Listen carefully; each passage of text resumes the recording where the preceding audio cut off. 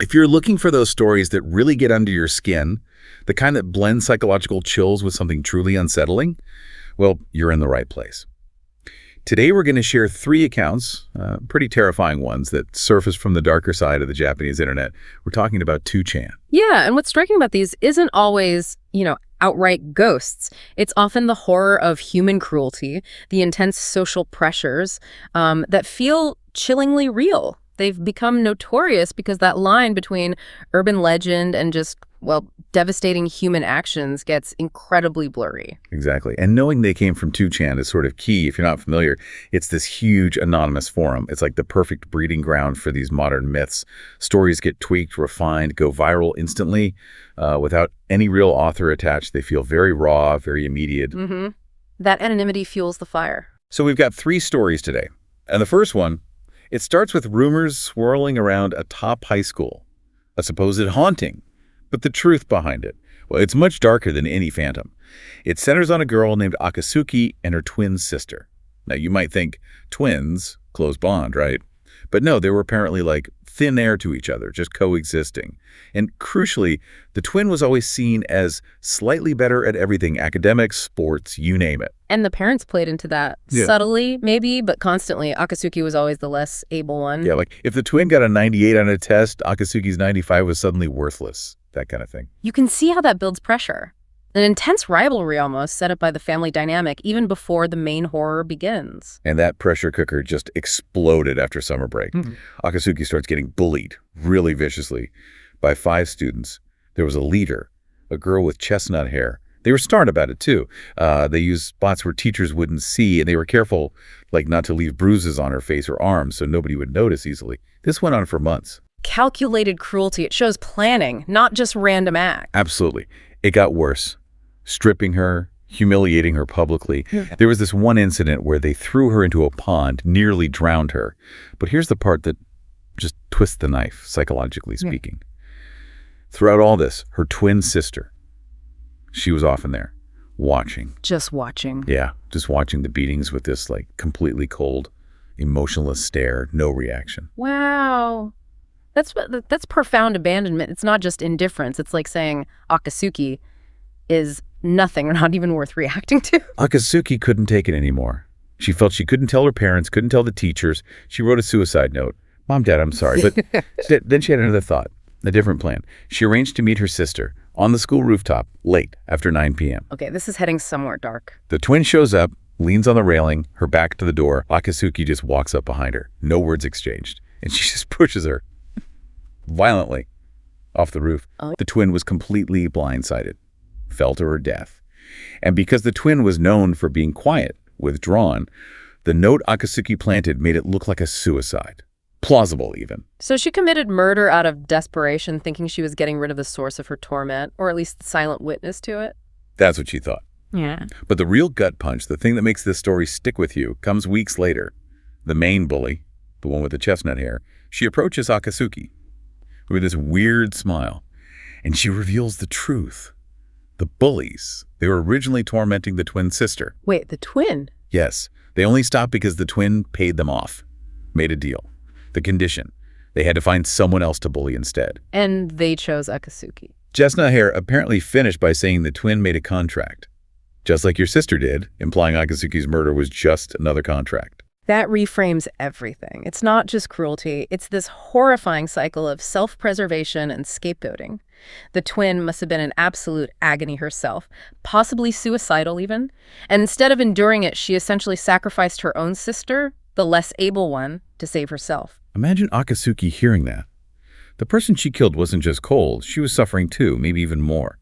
And she traded Akasuki's life for her own peace. It would just shatter your reality. The story says Akasuki just blanked, attacked the bully with a pen, ended up covered in blood, dragged away by police, a complete breakdown. Yeah, just devastating. Okay, so that first story shows the terrifying edge of, human cruelty, family betrayal. This next one, though, it shifts. It moves more into that space between intense anxiety and something genuinely inexplicable, maybe even supernatural. We follow a narrator who's cycling home. It's late mid-December, freezing cold, snow everywhere, and they have to pass this specific place, a huge abandoned apartment complex known for being isolated. And this ties into that cultural aspect we touched on. Places where bad things happen, especially suicides, often carry a heavy stigma in Japan. They're seen as tainted, unlucky. This particular building was apparently notorious. Isolated, tall, a known spot for suicide attempts. Right. So the narrator gets closer and stops, sees a single light on, wave at the top of this otherwise dark building. They hesitate for a moment. Just as they decide to keep going, they hear it. A bone-chilling scream.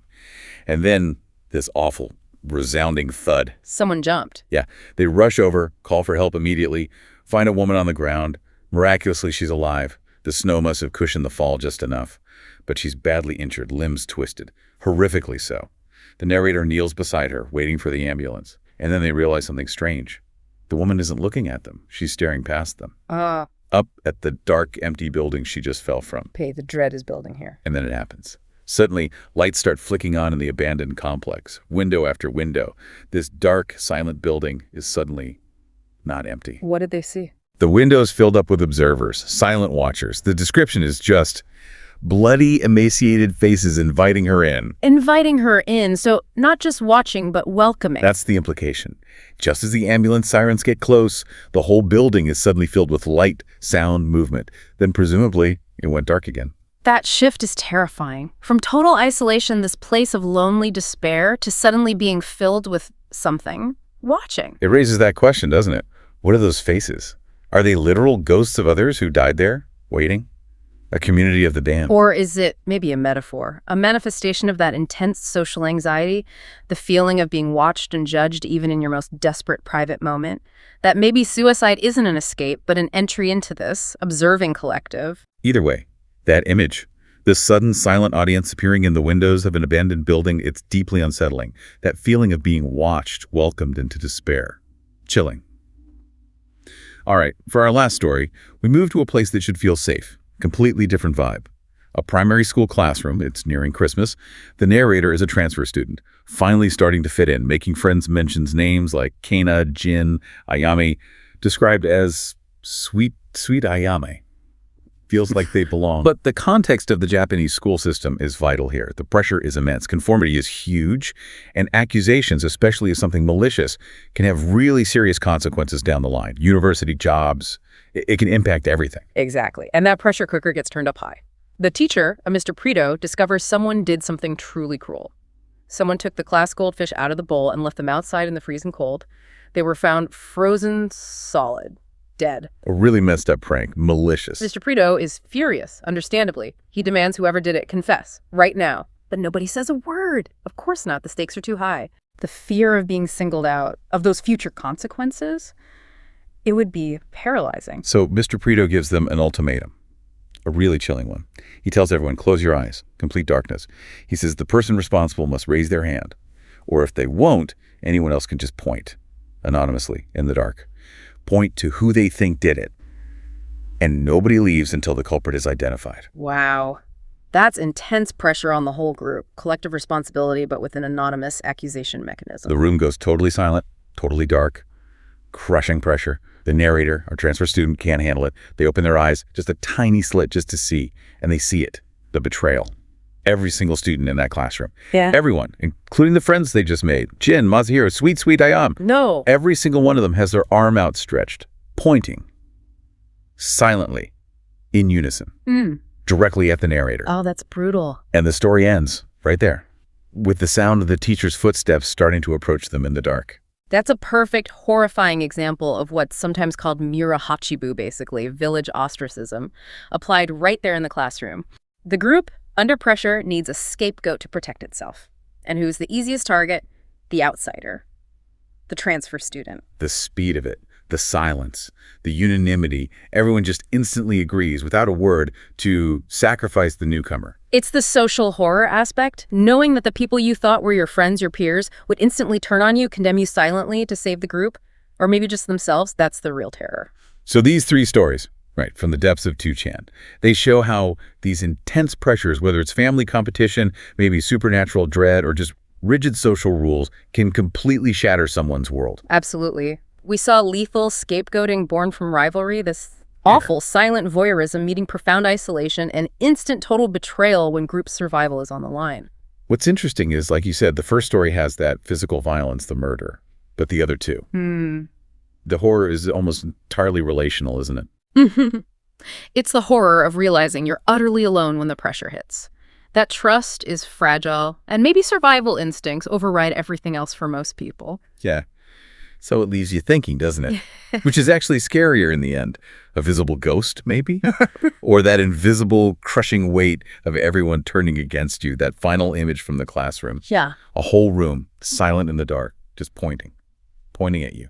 Imagine the kind of fear, the kind of deep distrust that would leave you with. Well, that's all we have time for in this deep dive into the terrifying. Thank you for joining us. If you are a fan of horror and dark true stories, be sure to check out our channel Horror Docs and make sure you hit that like, share, and subscribe button for more unsettling tales.